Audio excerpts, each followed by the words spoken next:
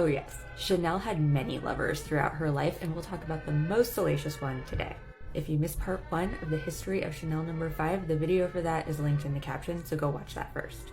We left off with Chanel choosing sample No. 5 from perfumer Ernest Beaux. She designed a bottle based on the whiskey decanters and the grooming products of her lover Boy Capel. And that's how we ended up with the famous, sleek, apothecary-esque design of the Chanel No. 5 bottle. Now we come to the marketing, which is how this perfume became one of the most talked about perfumes pretty much ever. In fact, it is still one of the most heavily marketed perfumes. As recently as 2011, they were still spending upwards of $25 million a year to get you to buy this bottle of perfume. With the formula and the bottle design complete, she invited a group of wealthy society people for an exclusive dinner. Throughout the evening, she sprayed Chanel No. 5 all throughout the restaurant, so that people were like, oh wow, what is that intoxicating aroma? She then gave them bottles of the scent. Next, she had the official launch of the perfume at her famous storefront on the 5th day of the month, in the 5th month of the year, because like I said, she really liked the number 5. She sprayed the dressing rooms and the perfume all throughout the store, but up until this point, only her wealthy aristocratic clients could actually get a bottle.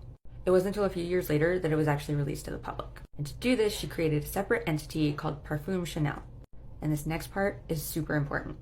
Jewish brothers, and I mention Jewish because I think you can see where this is headed, Pierre and Paul Wertheimer made a deal with Chanel that for 70% of the profits, they would produce, distribute, and market Chanel No. 5.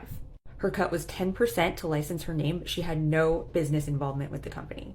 But what happened in Paris in the 1940s? The Nazis rolled in and forcibly took property from Jewish people. So Chanel thought this was a good time to petition German authorities to get her company back. She said that Perfume Chanel was still the property of Jews. And I'll just read her petition here.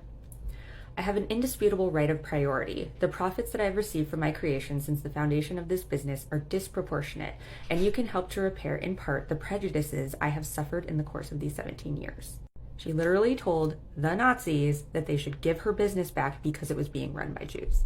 Which again, she made that deal. But the Wertheimers were very smart. They anticipated this, and without Chanel's knowledge, they transferred the company to a Christian French businessman. Still keeping a portion of the profits, and they got the hell out to America, and Chanel was foiled in trying to get her business back at this juncture. What did she do? She tried to sabotage her own perfume by saying that it no longer met her standards, and tried to wreck the image to get them to play ball. During the war, she took another lover named Baron von Dinklage, and lived with him at the Hotel Ritz, which was a hotel that all Parisians knew housed the Nazi occupiers. Parisians were like, going out with a Nazi, living with a Nazi? What are you up to, Mademoiselle Chanel?